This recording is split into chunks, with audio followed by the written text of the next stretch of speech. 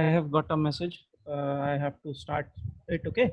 So, a very good evening to everyone. I am Anubhav Bevarwal here, and I am associated with the Cyber Security Society team as a lead at the Kanpur chapter. On the behalf of entire team of our NGO, that is Cyber Security Society and Ordnance Factories Institute of Learning, I welcome you all for this fantastic 4-week summer training program, and also to this particular session, which is an inaugural lecture on the topic cyber security, recent threats and trends. So now, before starting the session, let me just introduce the organizing team members.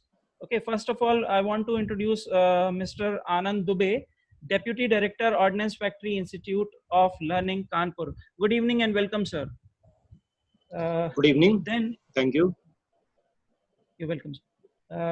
Then I would like to welcome Then I would introduce Mr. Nitin Sharma, Junior Works Manager, OFIL Kanpur. Good evening, sir. Welcome. Good evening, sir. Welcome. Okay. Sir. Yeah. Okay. Then I would like to welcome Dr. Ashu Sharma, Founder and Managing Director of Cyber Security Society. And along with him, I would also welcome and appreciate the very inspiring and very encouraging other co-founders of this society, Mr. Ankit Katiyar and Mr. Sanjay Sharma. I would also like to introduce and welcome Dr. Labh Singh, who retired from the Department of Telecommunications, Government of India, and is currently serving our NGO by taking care of its Punjab chapter. Welcome, sir. Thank you very much. Next, I would welcome Mr. Rashmi Ranjan Parida, Principal Technical Expert, Cyber Security, Schneider Electric India. He is leading the Bengaluru chapter of our NGO. Okay. And lastly, on the behalf of entire team of Cyber Security Society and Ordnance Factories Institute of Learning, I at this moment welcome Professor Sandeep Shukla, sir, from the Department of Computer Science and Engineering, IIT Kanpur, to this inaugural session of summer training program. Good evening and welcome, sir. Good evening. Now I would request Mr. Anand Dubey, sir, to kindly address our participants and tell us about OFIL and share your words of inspiration. Over to you, Anand, sir. Thank you very much. On behalf of OFIL Kanpur, I heartily once again welcome all of you. I also feel privileged to welcome on board Sri Sandeep K. Shukla, Professor, Computer Science Department, IIT Kanpur, and team of very aspiring team of Cyber Security Society. I also take this opportunity to congratulate all of the participants and I assure them that they are in very good and professional hands. And in next week, I vouch for that you will be graduated to, of course, in an expert in cyber security and ethical hacking. Now, before I conclude, I would like to share a few words about OFIL Kanpur. It is a dedicated unit of Ordnance Factory Board, and it is under the aegis of Ministry of Defense. And we are imparting training to engineers of our organizations since last 3 decades.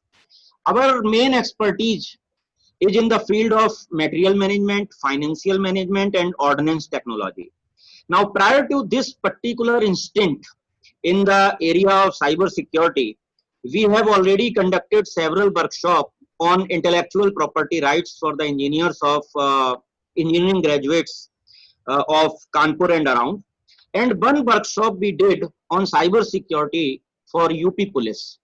Now, this particular workshop was conducted by Mr. Ashu Sharma, and he will be your mentor for this entire course. And here, once again, I will assure you, because I have seen the depth and the range and the talent of Mr. Ashu Sharma, and I can vouch for it. Now, finally, I will reiterate and I will again announce that the entire fee of one lucky candidate selected during the hackathon in the last week will be refunded in full. Our endeavor in this regard is like this, that we are not going to make any profit out of it. This is just a program which was conducted on no cost basis. So finally, I invoke Ma Saraswati to bless us in our endeavor. Thank you very much. Thank you, Anand sir, for your valuable guidance to our participants. Now, I would like to welcome the founder and managing director of the Cybersecurity Society to kindly brief the audience about the establishment and mission of our NGO. Over to you, Ashuji. Thank you, Abhinavji, for such a great introduction for all the organizer and the OFIL team. And this network issue is from my side, or it is globally for all? Oh, it is okay with us. There's no problem. Okay. So, first of all, I'll discuss something about this NGO, which is organizing this event, beautiful event with OFIL Kanpur. So we are the team with the people who are working in the area of cybersecurity, and they are doing some research, and they are working in industry, and they are collecting the problems from industry. So we all have created one group to form a group which will give some cybersecurity awareness program to the society. So this group, we facilitate our organizations with multinational wide awareness programs, even workshops, awareness training, and conferences as well. Till now, we have grown national wise. We have 4 chapters. First is the old one, that is in Kanpur, and then we have 3 new chapters. First is in Bengaluru, then one is in Hyderabad, and another is in Punjab. So we are working with a mission of making digital India secure, because these days we all are using this network for social networking or online banking, and we are generating a lot of data which need to be secure. So we are forming some education programs so that we can help people to how to protect these data at their end. And we have organized a lot of events. Last year we have organized one event in Uttar Pradesh government have sponsored it. That was Balika Suraksha Abhiyan.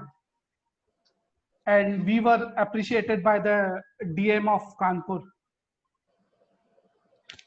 So this was overview of our society. So now we'll come to what is a course that we are designed for this internship program. So we have collected the requirement that cybersecurity industry are having. So we have designed these small modules with the help of them, and we have collected we have taken some good trainers in the field also. So they will deliver you the knowledge. And this course will mostly cover all the area of cybersecurity, almost all. And they will discuss about half of the part will be offensive part, how the attackers do the attack to gain the information from victims and from public. And the another part will be defensive part, where we'll discuss about all the chain, how we do the defense at the if you talk about antivirus or end-to-end protection systems, so how they do that, and we'll go through each phase in detail. So this was the thing, but the course is very intensive, so people need to spend their time efficiently in coming of 4 weeks, so that they can grasp much more from this course. So I think people will be got a overview about the course. So yes, I am done. Anubhavji, you can carry on. Good evening, sir. Okay. Yes. Sir, I have one question. Sir, what about practical knowledge, or is this or not as a normal theory?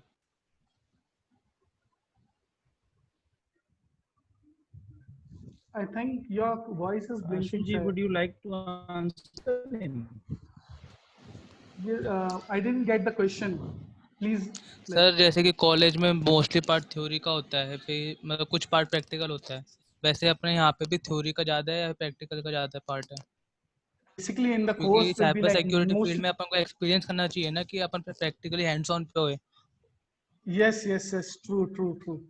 Yeah, surely. We have designed this course with 60 to 70% of practicals only.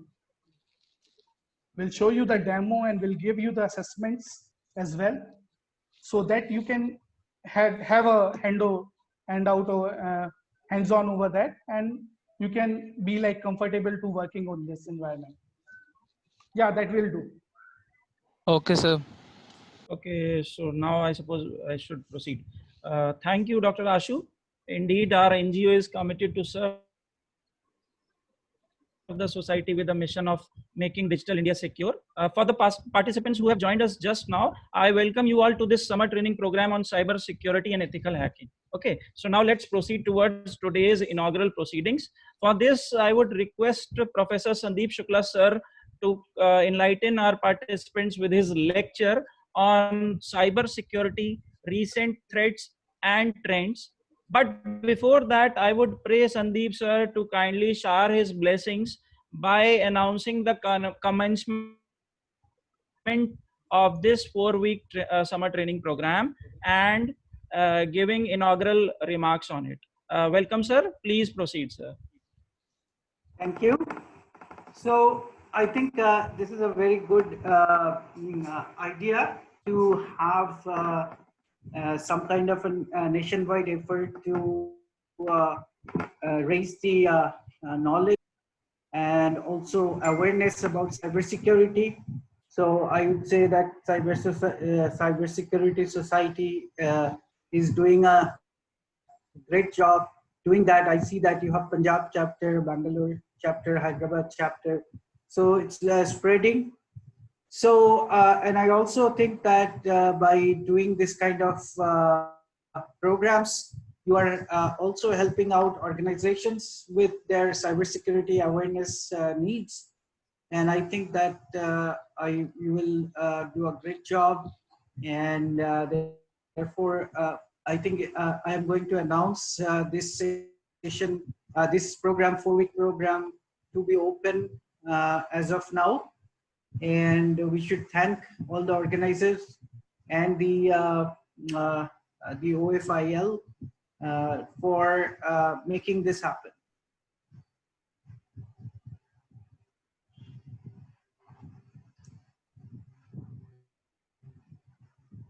So it's open now. Thank you, Shukla Saab. Thank you very much. Thank you, sir. Sir, please proceed with today's lecture. That's a request. Okay, so you have to give me the ability to share my screen. I think Sure, you're sir. the Sure, Sanjay sure, is the host. Sure, sir.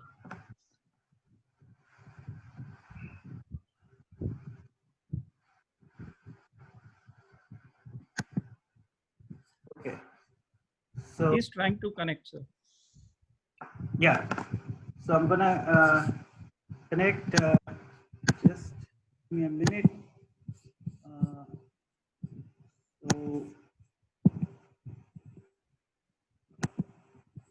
So this is. Let me find.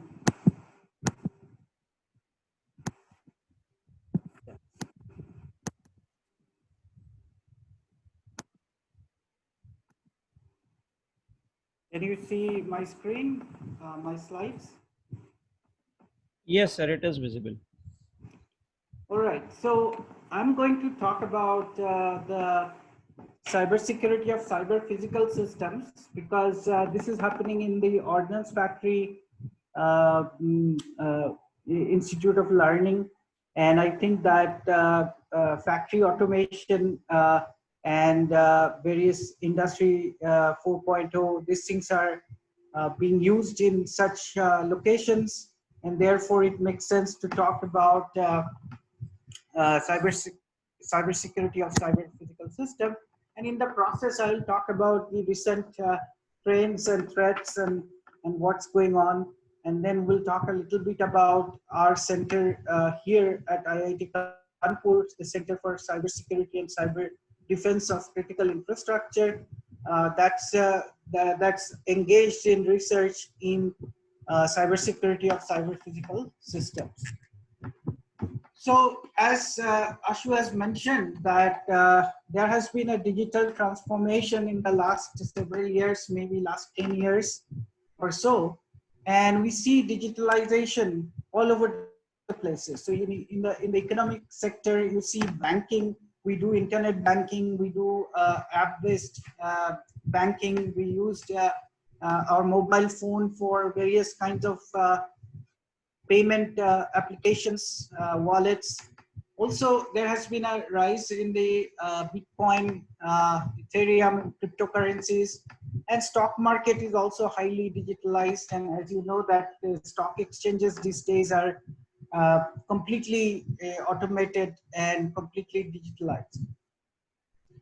Similarly, the data storage and exchange of data has been happening at a rapid pace in the digital world. So e-governance, e-health, e-education, and with the recent lockdown and COVID-related scare, e-education, for example, has become a very big concept that seems to be going to be staying for a while.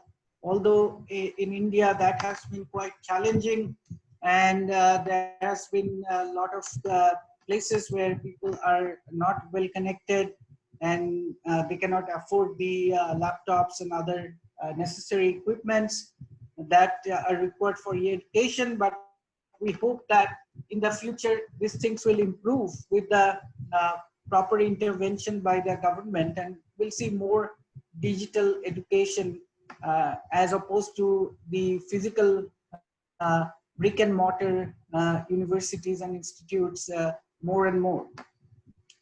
Similarly, the industrial and critical system operations, right? So smart grid, for example, we talk about smart meters, we talk about integration of renewable energy. All these things require, extremely critical components that are completely basically digital technology based. Similarly, Industry 4.0 is coming, and as we'll see that most of the factories and industrial control systems will be embracing this new era of industrial technologies, which combines artificial intelligence, machine learning, and distributed computing, as well as software-based control. These things will be very much digitalized. On top of that, we are also being, extremely, enticed to use social network, Facebook, Twitter, LinkedIn, etc. And also, mobile phone is also something. Smartphones are also very common these days for people to do various activities of their daily life. So overall, there has been a digital transformation, and that is one way very good. But on the other hand, there are a lot of concerns. So here I quote the KPMG survey on digital risk of last year. So they did they do a survey every year, and this survey is based on responses from the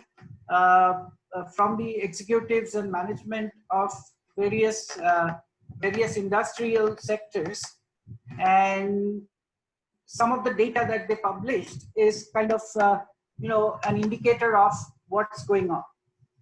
So 90% of the respondents to this survey believe that the digital risk exposure is directly proportional to the digital technology. So more digital you go, there is more risk, and risk means cyber risk, and cyber risk translates to business risk.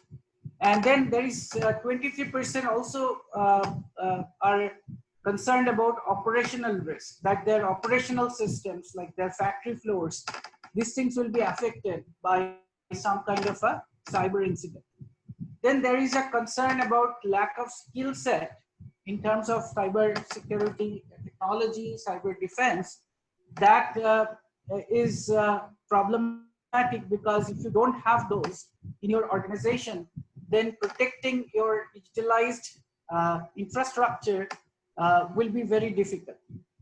And then software are always vulnerable, and all these systems, digital systems, are using software.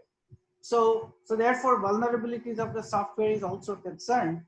So there is a lot of concerns here, but 81% of the respondents also believe that digital transformation will reduce compliance costs. So various kinds of compliance that they have to do, digital transformation makes it easier to create those reports and create automatically, and therefore compliance cost goes down.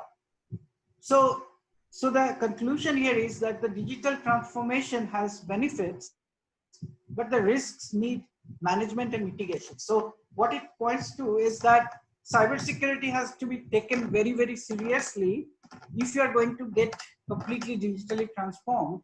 But you should not stop digital transformation just because it is risky. You have to do mitigation of the risk by having proper cybersecurity awareness, cybersecurity workforce, and cybersecurity technologies in your organization. So let's look at some more data. So this is STANS Institute's 2009 State of the Operational Technology and Industrial Control System Cybersecurity Survey. So this is worldwide survey, and there you see that the perception of various organizations as to the level of risk to their factory floor operational systems, industrial control systems, 12.6% are feeling that this is a severe risk, and 38.6% feels that this is high risk, which means that about 51.2% people feel that this is highly risky, right? So this is something that has to be addressed.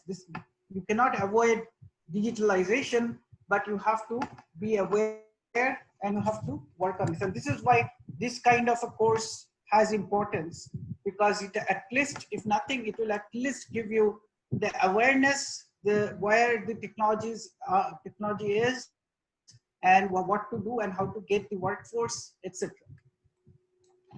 Number of incidents in the past 12 months. This is a number. So you see that among the companies that have been surveyed, you see that in 2017, the number of incidents with 1 or 2 cyber incidents were in the ICS sector. This is not banking. This is not e-health or hospital information systems. This is only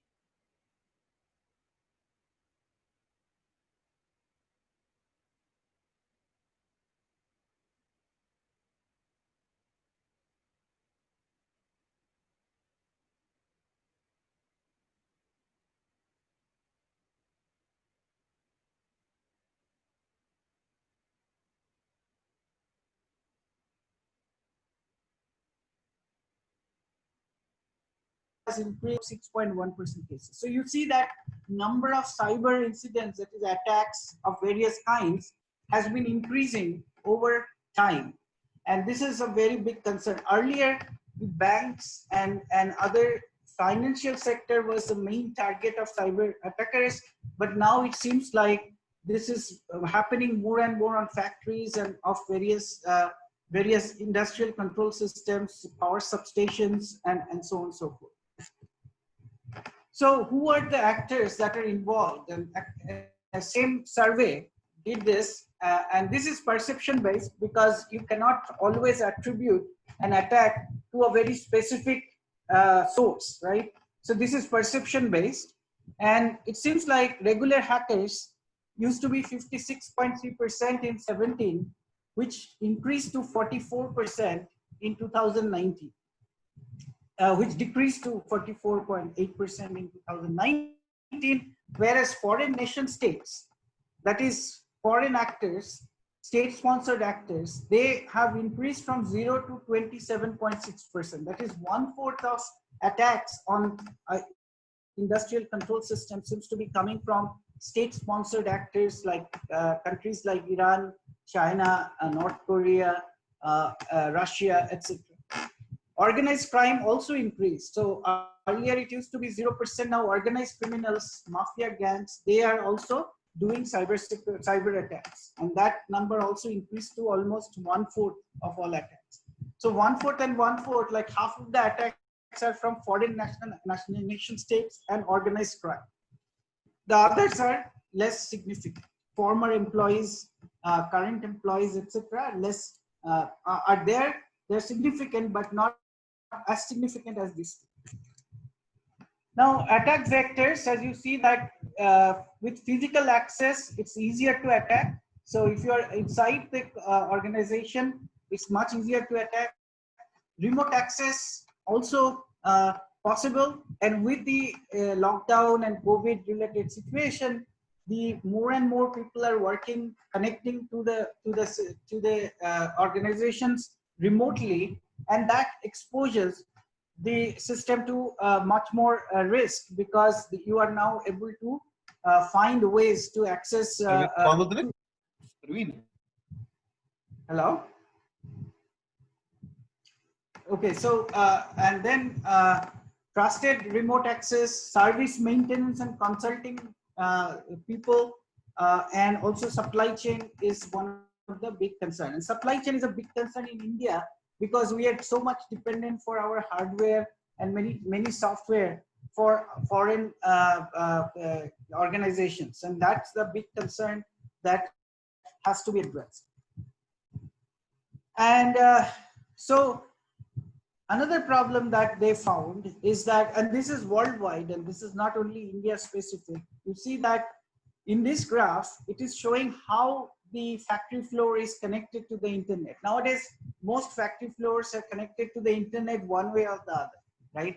It may be completely isolated, but it may have some weak connection to the network. And usually it is through a DMZ or demilitarized zone to the internet, or it is through a DMZ to the enterprise business network, which in turn is connected to the internet. So that is another concern, that how your architecture of your factory network is connected to the network outside, and that give you more exposure to cyber attack.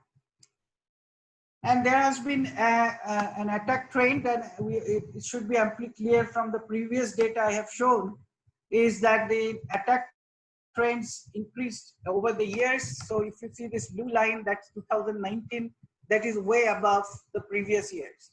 And as you can see, every year around this time of the year, around June, July, the number of attacks increases. I don't know the reason for that, but graphs show that this is happening quite a bit. And then there is also an increase in September, October timeframe. And then other times it remains slightly lower. So these things pertain to critical infrastructure.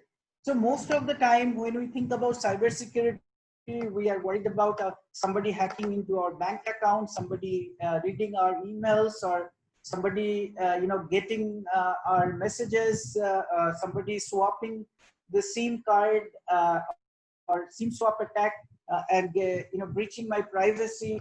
So these are usually completely self-centric cybersecurity issues. But national security wise, the main concern is critical infrastructures. So critical infrastructure include power grid, telecommunication, transportation like railway, oil and gas, water supply, sewage treatment, banking and finance, emergency services, agriculture. So these are critical infrastructures as identified by a presidential commission in 1997 by the United States government. So these critical infrastructures is cyber attacks on these are main concern. These include nuclear plants. These include large-scale power generators. This include telecommunication towers, networks, transportation such as railways, and cyber attack on these things can create extreme incidents like accidents and death and huge loss of property and so on. And I'll talk about some of the incidents that has happened in the past several years that will tell you that this is happening for real. So the question is that should we focus on personal security and privacy more, or should we focus on this critical infrastructure security, which is of the national security, which has national security implications? And the answer is that you have to worry about both, because if you don't stay safe and your money is gone, or your medical record is breached, then there is a lot of problem for each individual. And therefore, each person should be very aware of good cybersecurity practices, what we call cybersecurity hygiene. And then they should also know what to do and what not to do when on the internet, what to do and what not to do when they're connecting a Wi-Fi router in their home, when they're connecting to an ISP, etc. But from the government perspective, the critical infrastructure, securing the critical infrastructure from cyber attack is much more important, because if the power, if we have a power blackout like the one we had in July 2012, then we have a huge economic effect of that, as well as panic and many other problems. Same thing with railway accidents can happen from cyber attack. Oil and gas spillage can actually create environmental disasters. Water supply can be contaminated. Sewage treatment plants can be overflown to create a huge problem in a city. Banking and finance networks can actually, if they have the denial of distributed or denial of service attack, then they may actually stop. You may not be able to get your money from the banks. All kinds of situation that can arise. So now, we already talked about this, so I'll skip this. Now let's look at some real incidents. In 2009, the Iranian nuclear plant was attacked by a worm called Stuxnet. It was a nation-state attack, and it was quite huge, because this was the first time a very complicated cyber attack happened in a way so that the people who were working there did not even know for a while that they have been under cyber attack, but their the ability to enrich uranium was completely stopped, because the attack slowed down these spindles that actually rotate in the power plant to actually enrich the not the power plant, in the uranium enrichment plant to enrich the uranium. And this happened by compromising not only single computer, but the entire network of computers and industrial control systems, PLCs, the programmable logic controllers, and this particular plant was not connected to the internet. So the way this attack came is through USB sticks that were inserted into the internal network, which was not connected to the external network. So the attack was not network borne, but it was actually carried physically into the system. So around 2014, in December, there was a big hack attack on the German steel plant, which damaged a lot of equipment. So it was a large-scale attack and created a huge damage to the factory infrastructure. So there was an attack in 2015 by Iranian hackers on a New York dam. It's a hydroelectric generator system. So that was a big concern. Then in 2015 and 16, Ukrainian power grid had massive cyber attack, and over 200,000 households lost power because of the Russian cyber attacks on the Ukrainian power grid in the distribution part of the power grid. And first time it happened through a malware called Black Energy malware. Second time it happened was actually through through a ransomware. So, so there were multiple such cases. Now, this year, last year, end of last year, there was a B-track malware found in India's largest nuclear power plant. You might have read that story. According to the organization, this malware did not make its way to the actual operational system. It was in their IT system, but you know, if it made into the operation system, it could actually create a nuclear accident. So, and then we have been seeing Saudi Aramco has been seeing a large number of cyber attacks in the oil and gas, you know, basins that they have.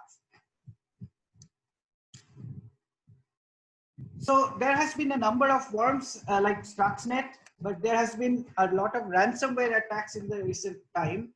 And ransomware attacks basically encrypt your computer, your storage devices on the network, and until you pay in Bitcoin or some kind of cryptocurrency, they are not going to release the crypto code that will you know, release your files, and you cannot do any work. And this happened, you know, when WannaCry was a ransomware in 2017. That came in and that actually encrypted most of the files in the British health system. And a lot of patients could not be treated because all the files were encrypted. And this was a big incident. And then there was an incident a few months later with another form of ransomware called NotPetya that actually encrypted all the files in all facilities of a company called Maris, which also is in charge of one of our ports. It's a Jawaharlal Nehru port in Maharashtra, and that actually stopped the activities in the port. And it took Maris a lot of effort to actually, you know, recover the files, etc. So this was big. So ransomware attack is still happening quite a bit, especially through phishing and many other links that the ransomware enters your system and then encrypts your disk, and you cannot work anymore. And recently in the United States, a lot of governments like Baltimore government, the New Orleans government, all the government infrastructure, the e-governance infrastructure where ransomware attacks and attacked, and they created a huge problem in governing the cities. So there has been a number of other ransomware which has not had you know, large scale incident, but they have been there attacking individuals and so on. And then recently, obviously D-Track was one of this example, and COVID related ransomware attacks are also happening because people are scared, and if there is a message that says something about COVID and protecting yourself, etc., people tend to download it, and then they get a ransomware attack. Also, in the government sector, there has been a number of different cyber problems and privacy problems. So Aadhaar is one of them. Then you have the ATM problem in 2016 that was a pretty large scale.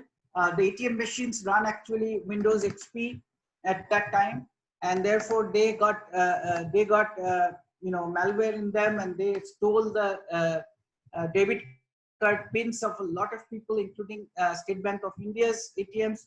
And we actually got our ATM pins, you know, cancelled by the bank, and then we had to regenerate those pins and so on. I don't know if you remember that. There has been, well, Arogya Setu is one of the big risks.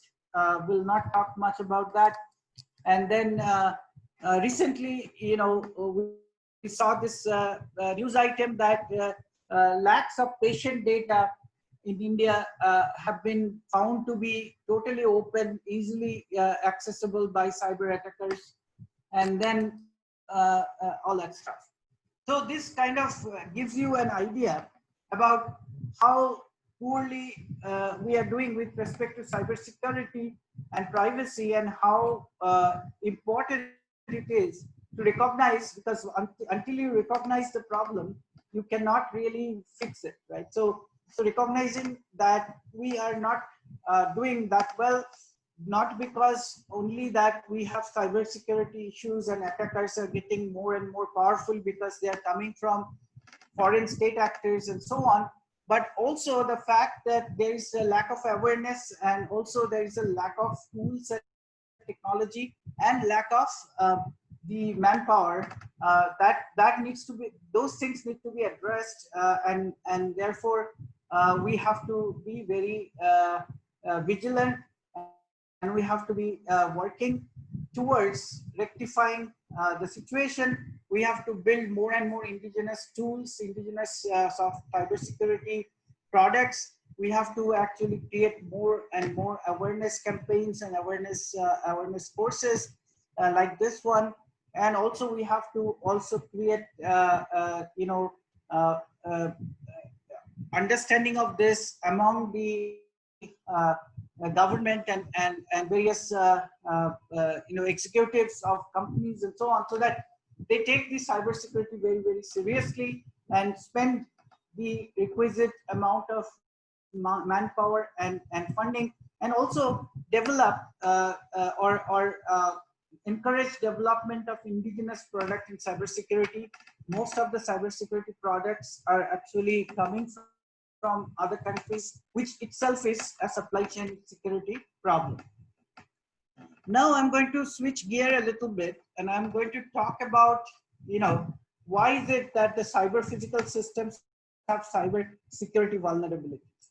So cyber physical systems are normally are systems which are very different from IT systems. In IT systems, you have computer, you have servers, and you have network, and you have data storage, and you have software, operating system, various kinds of applications, and then that's what you have to worry about: web servers, mail servers, and various things. On the other hand, if you have a cyber physical system, it is actually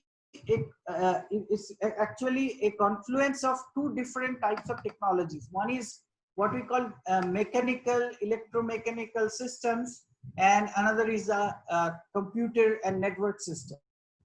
So mechanical, electromechanical systems, such as things that are used in a factory, for example, those have motion, and they have various kinds of you know, ways of moving things around, and they have various ways of you know, creating products and so on. So these are what we call physical plant or physical system. And this physical plant, in this picture, you see a box, but it may not be a box. It could be actually a very large and distributed system, like in the power grid. Power grid can be thought of as a large physical system where generators generate power, and the power is transported over large transmission lines to various directions, and then they come to a distribution substation. From there, they get distributed to households, and then there are microgrids that are in people's homes and factories and large-scale organizations, which have solar and other type of renewable generation that also feeds into the grid. So all that stuff makes a physical plant. Now, this physical plant, if you just let it go without any control, then it will actually very quickly destabilize itself and then create various kinds of malfunction. So control is a very important part of making this physical plants do what you want it to do. And this control can only happen if you know what's the current state of the physical plant. So to know the state of the physical plant, you have to actually have sensors. So you have sensors all over the place in a physical plant, and these sensors then actually measure various signals from the physical plant, and then they send it over a communication network to the controllers. And then the controllers will then actually do what is called a state estimation. And when the state estimation happens, then that state actually is, then you know that what to do as a next step for the physical plant. That is, whether you should slow down something, whether you should turn the gear, whether you need to actually take some part of the physical plant offline. All that information is decided by the controller, and then the controller will send that signals to the actuators. So on the left you see the actuators, and then the actuators will actuate those things that needs to be done on the physical plant. And this happens in a loop, and this loop has a very small time scale, like, you know, it may be in the order of milliseconds to and it could be in the order of several seconds at the max. And sometimes this control is often sometimes this control is actually have human operators, like in power system.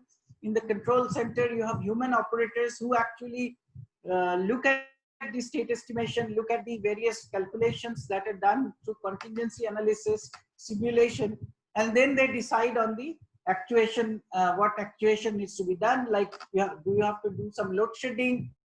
Do you have to turn on some generator? Do you have to turn off generators? This kind of decisions are made by human beings. That's called a human in the loop. Otherwise, it's a closed loop control. Now, you can imagine now that these sensors are collecting data, and that data is coming to the communication network. These sensors themselves are pretty complex electronic, what we call intelligent electronic devices. And therefore, they have software, firmware, hardware, etc. And therefore, they can be actually subject to cyber attack. So they may have malware in them. They may have somebody controlling them remotely. So these sensors can be attacked. Then the data that they collect, even if the sensors don't get attacked, the data they collect, they are sending it to communication network. And this communication network often is very large, and often you are using network, telecommunication network, public networks, internet. And therefore, the data that is coming through this might actually be intercepted by what we call a man in the middle. And therefore, they can be changed, they can be dropped, they can be done with various kind of activities. And then when the such data, compromised data, reach these controllers, the controllers will then have wrong information about the current state of the physical plant. And therefore, any decision that the controllers would make would be wrong. So then, therefore, they will actuate it wrong, and that would make the physical plant, go into a, explosive state or some kind of a state, right? So if you remember that there was a accident in UP several years ago, and an NTPC plant where several, I think about 40 people died because a boiler burst open, and then people who were around that boiler, with it was a steam boiler, and that steam actually killed people. And the analysis said that the points to which the excess pressure is released were actually choked with ashes, and therefore the pressure could not be released, and the pressure in the boiler became 70 times the normal pressure, and therefore it burst, right? But this same incident can happen through a cyber attack by sending the controller, which opens those valves, the wrong information, so that it doesn't know the real pressure, and therefore it does not send an actuation signal to open those valves, and therefore it could actually be done through cyber attack.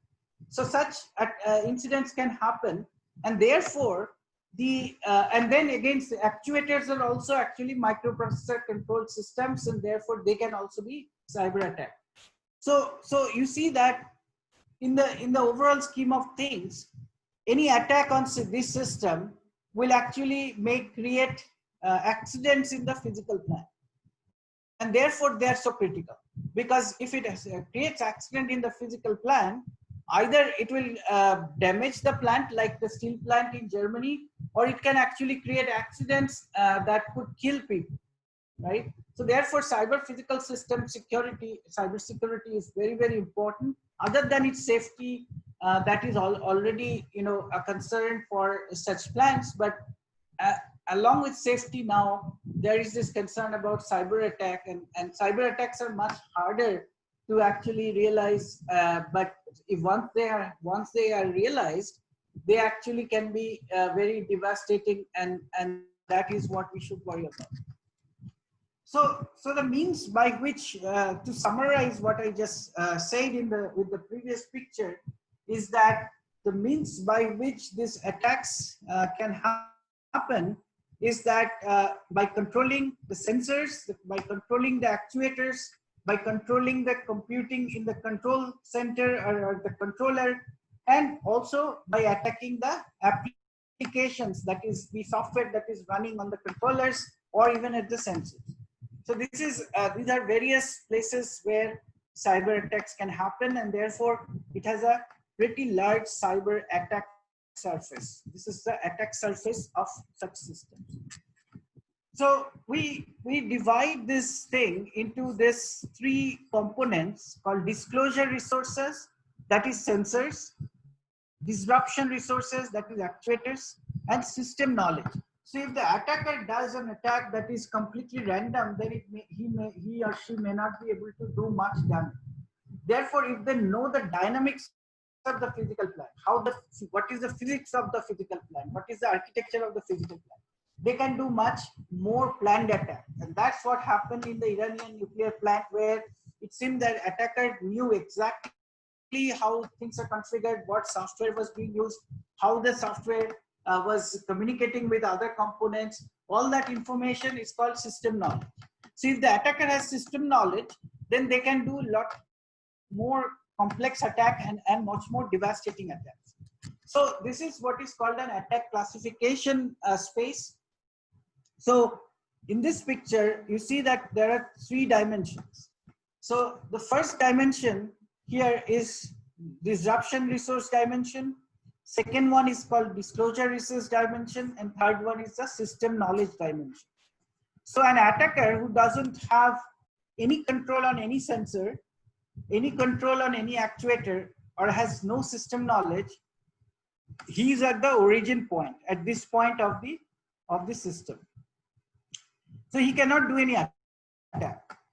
However, if he has some, if he has compromised some sensors, let's say, then we say that he has a fraction of the disclosure resources. So then he can do some attacks, but they are not that important, like eavesdropping attacks. So he can read what is going on in the factory, but he cannot do much harm. But if he, along with that, if he has some attack, disruption resources, he can control some of the actuators, then he has lot more power, like he can do something like replay attack. But even then, he does not know the dynamics of the system. So even if he is reading some information, if he is directing the actuators to do something, even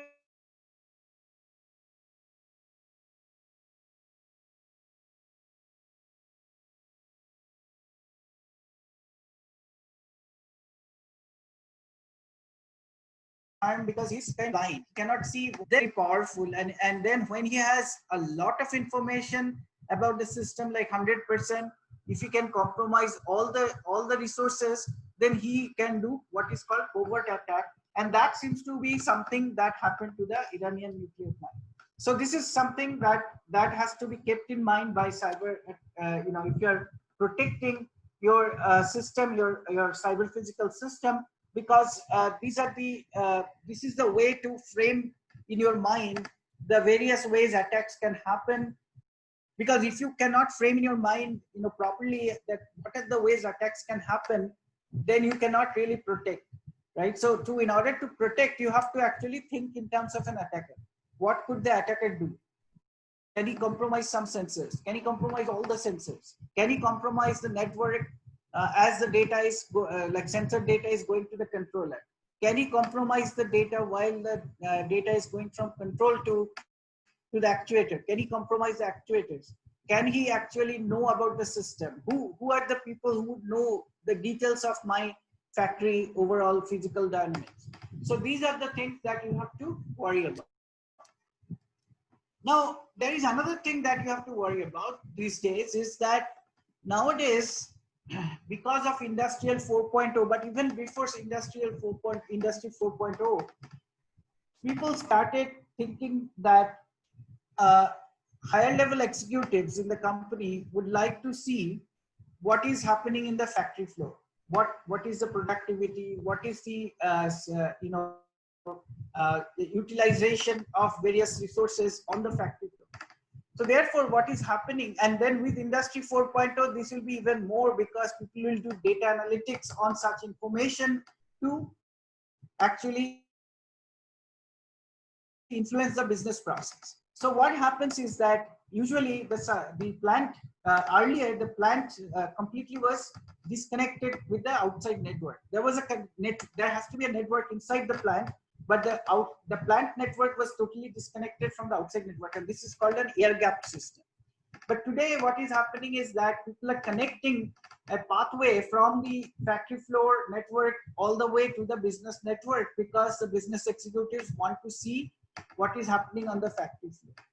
And this has actually, this is called IP convergence.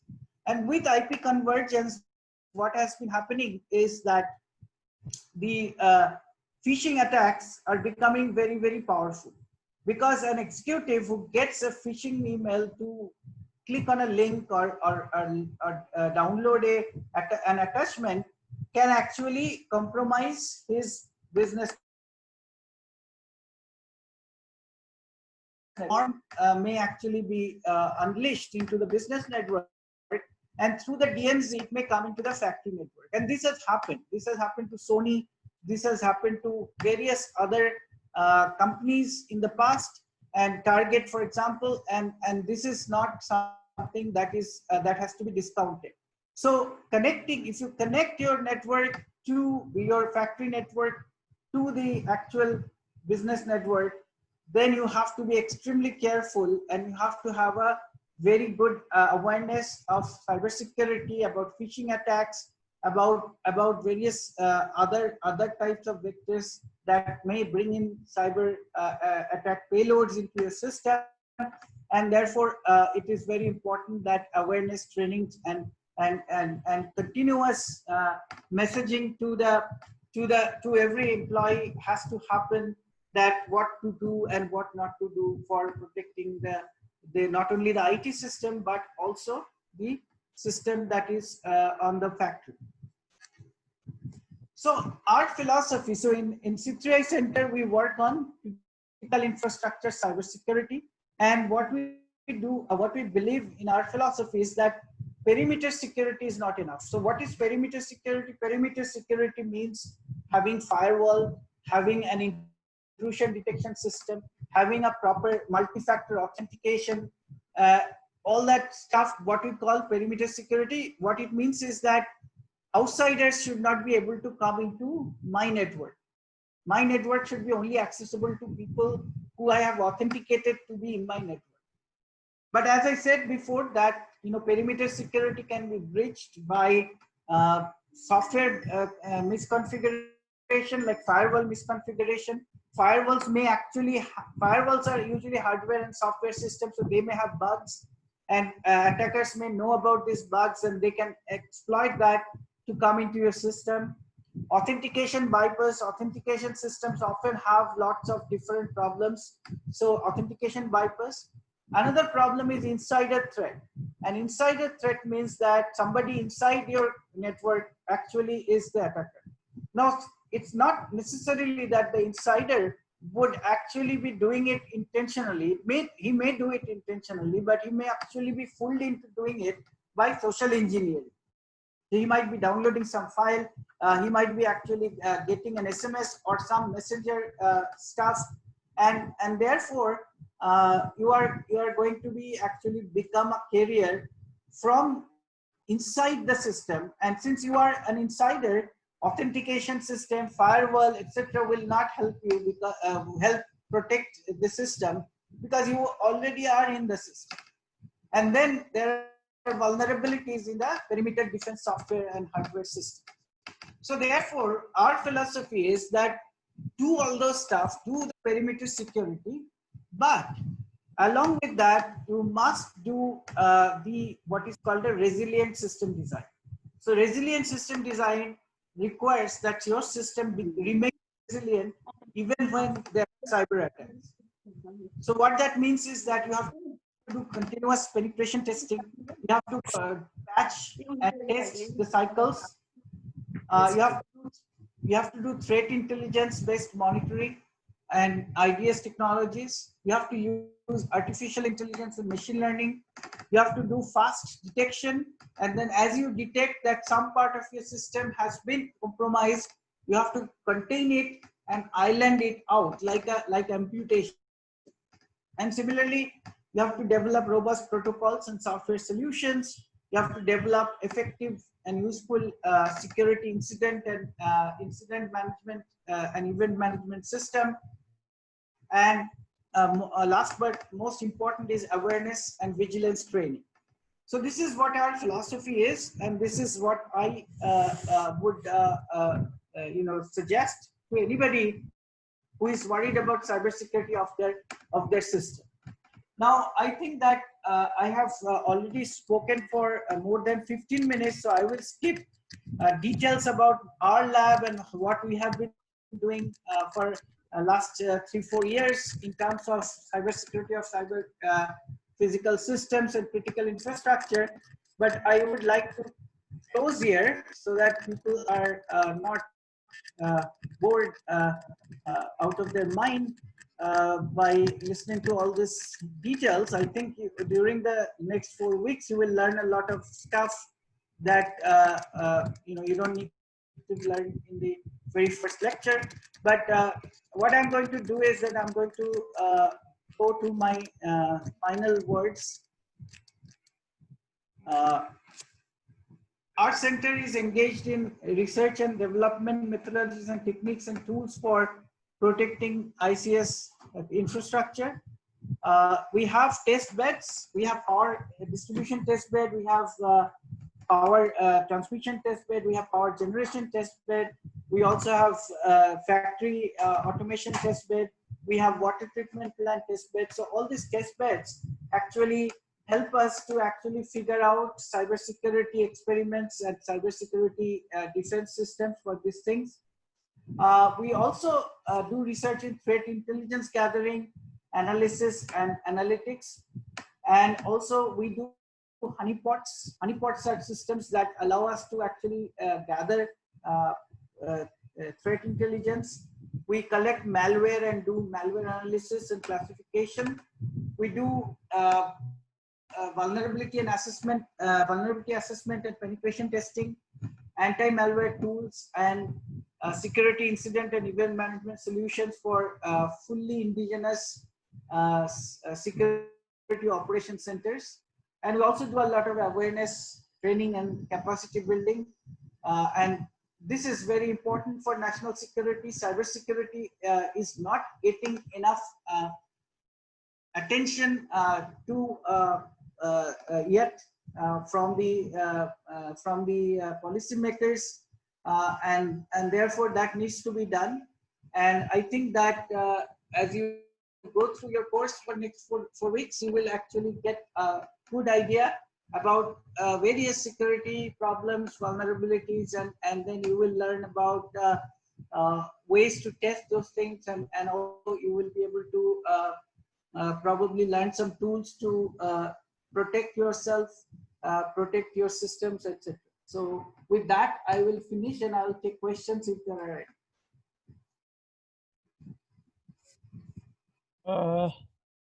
So participants, you may put your queries now as the questionnaire round is on.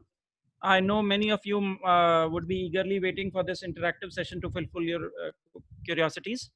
Okay, so now you can just raise your hand so that the host would unmute your mic one by one, and then you can just put up your questions and Sandeep sir will answer them. So, Anubhav, I am going to make you the host back so you can control that. Okay, sir.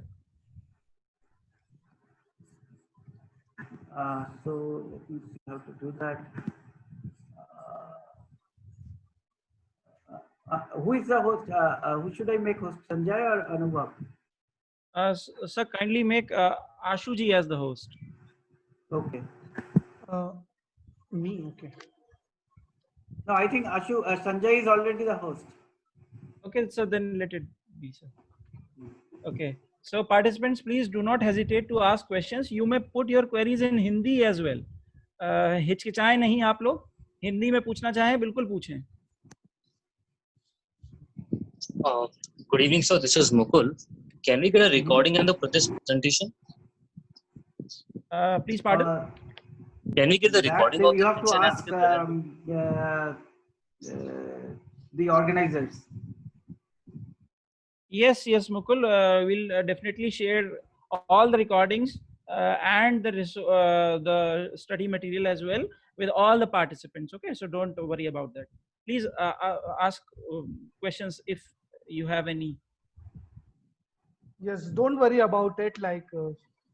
And I really like to thank Sandeep sir for his valuable session. Even like eye opener, we mostly focus on personal security and like IT security. We never think this way. So if you have any doubt on this, and like Sandeep sir is the best person for that to answer. I'm really huge fan of Sandeep sir. Like I'm here because of him. I have attended lot of sessions of him. So please ask doubts if you have anything regarding cybersecurity. Same here, Ashuji. We all are a big fan of. Sir. Excuse me, sir. Any questions? Yes.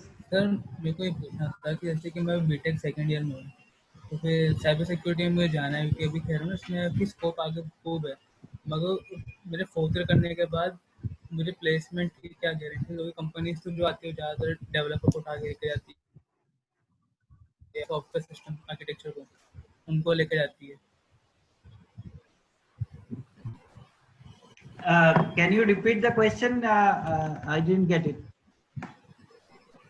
Sir fourth year में इसमें placement मुझे अपने को opportunity से मिलेगी इसमें, क्योंकि इसकी वैकेंसी तो काफ़ी कम निकलती है गवर्नमेंट के लेवल में भी, और अदर कंपनीज भी जल्दी हायर नहीं करती है. अगर आप प्लेसमेंट के लिए पढ़ाई कर रहे हैं तो आप गलत, आपका पढ़ाई का तरीका गलत है. प्लेसमेंट के ऊपर नहीं जाना है, मेरे को गवर्नमेंट एजेंसी में कोई वैकेंसी निकले तो उसमें मतलब जाना है. गवर्नमेंट एजेंसी में वैकेंसी निकलेगा तो आपको एग्जाम देना पड़ेगा. तो वो तो देंगे, मगर उसमें जो है ना कि वो ऐसे हायर नहीं करते, और फिर जो किसी कहते हैं ना कि अपने को एक्सपीरियंस होना चाहिए, तो फिर किसी दूसरी कंपनी में भी अपन जाके देखे तो वहाँ पे हायर ही नहीं करेंगे अपने. जो कंपनी आती है कॉलेजेस में वो ज़्यादातर कोडिंग, जो बच्चे अच्छे होते हैं ना कोडिंग में, उनको लेके जाती है. टेक्निकल में साइबर सिक्योरिटी की तरफ से कोई कंपनी आती ही नहीं है. पहली बात यह है कि अगर कोडिंग अच्छा नहीं है आपका तो आप सिक्योरिटी नहीं कर पाओगे. तो कोडिंग अच्छा कर लो पहले. और सर एवरेज, अगर कोडिंग इतना एवरेज होने से नहीं चलेगा ना. आपको अगर आप कंप्यूटर साइंस पढ़ रहे हो तो अभी कोडिंग अच्छा करने का मौका है. अभी क्लासेस बंद है. अभी साइबर शेफ या वेरियस ऑनलाइन सिस्टम्स हैं जहाँ पे जाके आप कोडिंग सीख सकते हो. अपना कोडिंग को ऑटोमेटिकली टेस्ट करा सकते हो. तो आप पहले कोडिंग सीख लो अच्छा से. Without coding you can not do cyber security, machine learning और व्हाटएवर. सो कोडिंग को पहले मजबूत करो, उसके बाद आप साइबर सिक्योरिटी के बारे में सोचना. तो अवेयरनेस होना तो अलग बात है. अवेयरनेस होना बहुत जरूरी है, क्योंकि आपको अपना मोबाइल और अपना कंप्यूटर, अपना घर वाले को का बैंकिंग सब कुछ सिक्योर करने के लिए अवेयरनेस तो होना चाहिए. लेकिन अगर आप साइबर सिक्योरिटी के प्रोफेशन में जाना चाहते हो तो आपको सबसे पहले आपका बेसिक्स मजबूत करना होगा। और बेसिक्स में अगर आप कंप्यूटर रिलेटेड जॉब में हो तो विदाउट कोडिंग एक्सेलेंस आपको अगर जॉब मिल भी जाएगी तो उसमें तरक्की नहीं होगी। तो आपको ये समझ के चलना होगा कि आपका कोडिंग सबसे पहले ठीक करना है। और अगर कोडिंग ठीक नहीं हुआ तो आपको ना होगा मशीन लर्निंग, ना होगा साइबर सिक्योरिटी, ना होगा और कोई थिंग। और आप कंपनी में जो है वो 3-4 लाख पर एनम मैक्स मिलेगा आपको इवन आफ्टर 5 इयर्स। तो आपको इवेंचुअली प्लेसमेंट तो मिल जाएगी, लेकिन प्लेसमेंट के बाद आपको अगर आपका तुरंत अगर आप अपने को प्रूफ नहीं कर पाओगे तो आपको कुछ नहीं मिलेगा जिंदगी में। तो ये समझ के आपको कोडिंग को ठीक करना होगा। और आजकल कोडिंग ठीक करना बहुत इजी है क्योंकि बहुत यूट्यूब वीडियो है, एनपीटीएल है, बहुत सारे कोडिंग का ऑनलाइन कोचिंग आप ले सकते हो फ्री में। और अपने कोडिंग स्किल को आप टेस्ट कर सकते हो ऐसा कोड शेफ और वेरियस टाइप्स ऑफ प्लेटफॉर्म्स है जहाँ पे अपने कोडिंग करके आप सीख सकते हो। तो अभी कोडिंग नहीं जानने का कोई वो नहीं है, मतलब एक्सक्यूज नहीं बनता है। सर मेरा मतलब था कि अपने कोडिंग अब हम जो सीख रहे हैं कि सी ए पाइथन है, तो कौन कौन सी अपने को सीखनी चाहिए, जो आए चाहिए, ताकि अपना दोनों जगह काम हो जाए। भाई कोडिंग एक भी लैंग्वेज अच्छा से सीखोगे, इतना अच्छा से सीखोगे तो दूसरा लैंग्वेज पिकअप करने में टाइम नहीं लगेगा। तो एक लैंग्वेज में सीख लो, अगर पाइथन सीखना है तो पाइथन ही सीख लो, एक जावा सीखना है तो जावा सीख लो। लेकिन एक बार एक अच्छा कोडिंग सीख जाओगे तो बाकी जब उसका मौका आएगा तो आप खुद ही जल्दी से सीख जाओगे। Thank you sir. Good evening, everybody. Am I audible, sir? Am I audible? Yeah. Yes.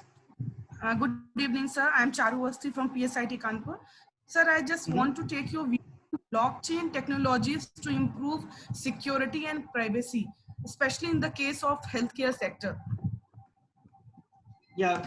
So blockchain technology actually provides a way for creating, keeping data that keeps track of various activities that you have performed, and these are called transactions. So initially blockchain technology came for monetary transactions like cryptocurrency transactions and keeping them on the blockchain, and by the property of the blockchain, those transaction history is immutable. They cannot be changed by some random person or somebody. So therefore it gives you data integrity of their past history. So therefore now what is happening is that the cryptocurrency is not very stable currency because it keeps fluctuating. It has many other issues. So therefore people are now starting to use blockchain technology for many other purposes because it has a very good property of data immutability. So now in healthcare sector, you may want to keep track of data that about patients, patient's history, every time patient goes for a test, every time patient goes to buy a medicine, all that information you may want to put in a blockchain so that it cannot be manipulated by anybody. Because one of the possible attacks on your health could be that somebody suppose your data is only on a regular database, not on a blockchain. Then it's very easy for somebody to attack the database and change the data. And if it changes the data, then let's say you don't have diabetes and somebody goes and changes in your history that you have diabetes. And then when you are in an accident and the hospital checks your history and sees that you have diabetes, they will give you insulin, and then that can be fatal. So those kind of attacks can happen if your data is not immutable. So that makes this thing, blockchain as a good thing for keeping medical data. But on the other hand, the question about privacy comes in, because in regular blockchain like Bitcoin, Ethereum, all the data is public. So therefore, you may not be able to have any privacy. You, whatever disease you have, what medicines you take, you don't want that the whole world to know. But the transactions on Bitcoin and Ethereum, etc., blockchain, everybody can see all the data. So therefore, you have to be a little more circumspect on how to make this happen. So what we do in blockchain is that we keep the medical data in an encrypted form on the blockchain with a hash, and therefore only person who can actually unencrypt it is the patient. So patient has full rights. On the other hand, if the patient is the only person who can unencrypt the data, then if he is unconscious, who is going to get his history? How will you get his history? So there has to be an escrow mechanism by which under emergency the patient data can be unlocked by a master key. So these kind of issues will come up if you do a blockchain-based implementation of e-healthcare. So that's but the point is that any time you want to keep the past history of activities on anything like supply chain or educational certification of every student, all this information needs to be very highly protected. Their integrity is very important so that nobody can tamper such information because it can be harmful in the future. On the other hand, all these things also require protection against privacy breach. So therefore, you have to be more clever about how to use blockchain in this context. But blockchain actually is a very good idea to use in this kind of context if you take care of privacy properly. That means, sir, privacy is the matter of concern using blockchain. Security can be easily achieved, but privacy is the tricky part, which needs to be achieved with some systematic thinking. No, blockchain doesn't give you security; it only gives you data integrity. So security has to be thought. Like so there has been modern blockchains use what is called smart contract. Smart contracts are programs written by regular programmers, blockchain programmers, and they have bugs. And there are a lot of security bugs that has happened in the past. People have lost money in the Ethereum blockchain because of security bugs in the smart contracts. So you have to, security is not. It is often a misconception that blockchain gives you security. What all blockchain gives you is data integrity. That the history that you commit into the blockchain cannot be easily tampered with. But that doesn't mean that when you are doing any transaction or when you are putting data into the system, there cannot be a security problem. Now, privacy is also another problem with blockchain like Bitcoin or Ethereum, unless you do something very special, to protect privacy. So both security and privacy are not freely coming with blockchain. Only data integrity comes with the blockchain. Thank you so much, sir. So any more questions, dear participants? Good evening, sir. My name is Rishika from Bangalore. I'm currently a second year BTech student in the branch of data science. My question to you is if you could throw light on how, concepts, at least basic simple concepts of cybersecurity could be implemented in including data science techniques in the field of research, especially in healthcare. So first of all, data science has a lot of use in cybersecurity, and cybersecurity have a lot of use in data science. So one of the thing I mentioned was malware analysis, for example, or intrusion detection.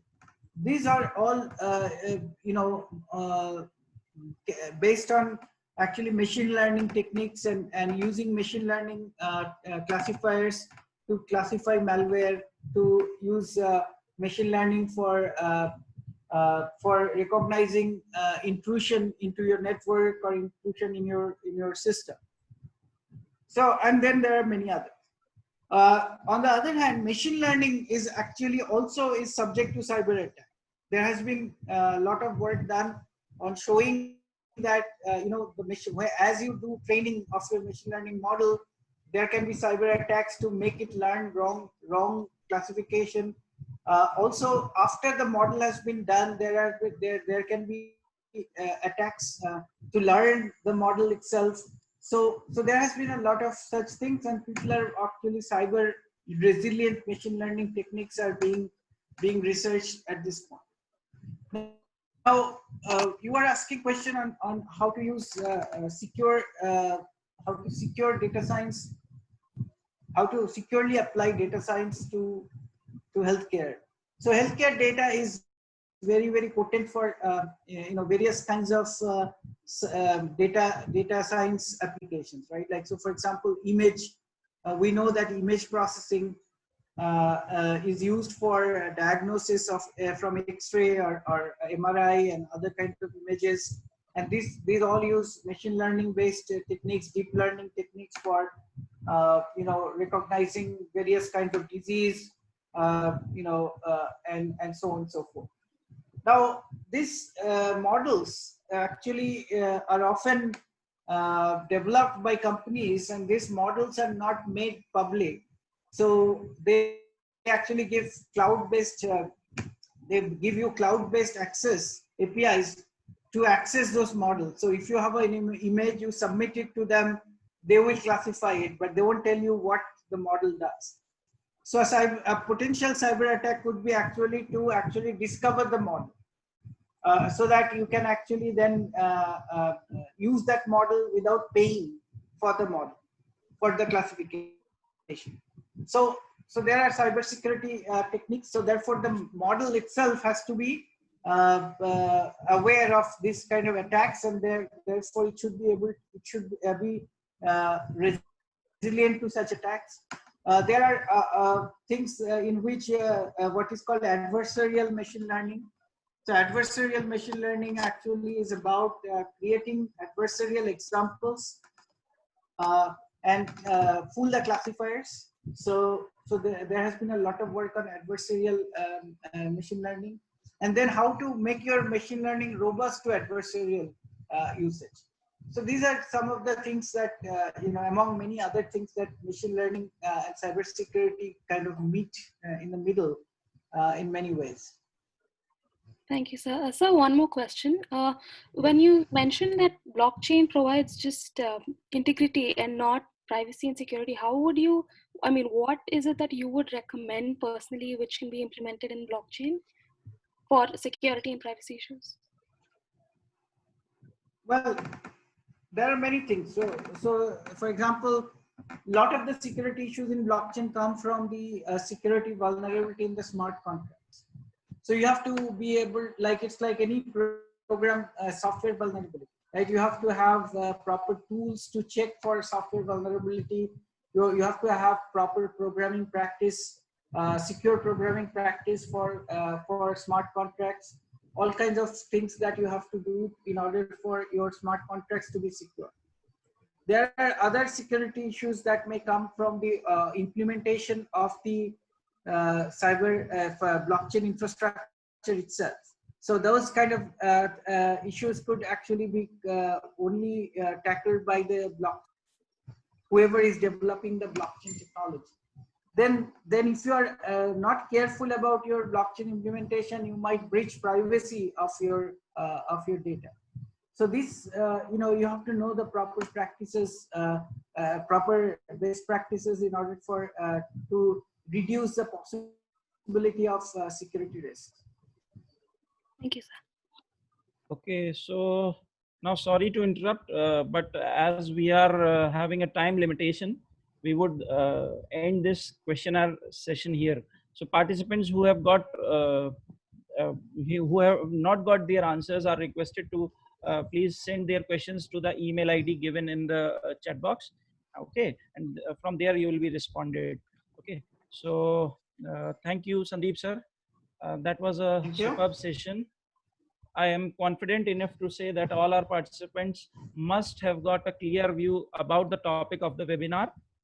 Each one of the participants would certainly like to look forward to join the upcoming training sessions more enthusiastically, and thus find cybersecurity and ethical hacking to be a highly fascinating field. Okay, with this, I would like to pay my sincere thanks to Sandeep Shukla sir, the entire organizing team of OFIL and Cybersecurity Society Kanpur, and lastly our audience, without whom this training program cannot achieve success. For those who wish to join this 4-week summer training program, may contact Mr. Sanjay Sharma on his email or WhatsApp number, which is mentioned in the chat box. Okay, so now we end this session here. Do join us tomorrow. Goodbye for now. Thank you, sir. Thank you, everyone. Good night. Good night. Good night, sir. Thank you so much. Thank you, everybody. Thank you, sir. Thank you. Thank you, Ashuji, Thank you, Sanjay, sir. and all.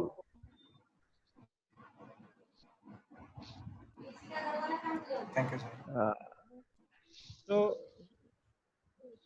I'm sure this course is going to be a big success. Thank you, everybody. thank you, sir. Thank you. Thanks for your wishes. Thank Bye, you. sir. Thank you, sir. Thank you. Thank you, sir. Thank you.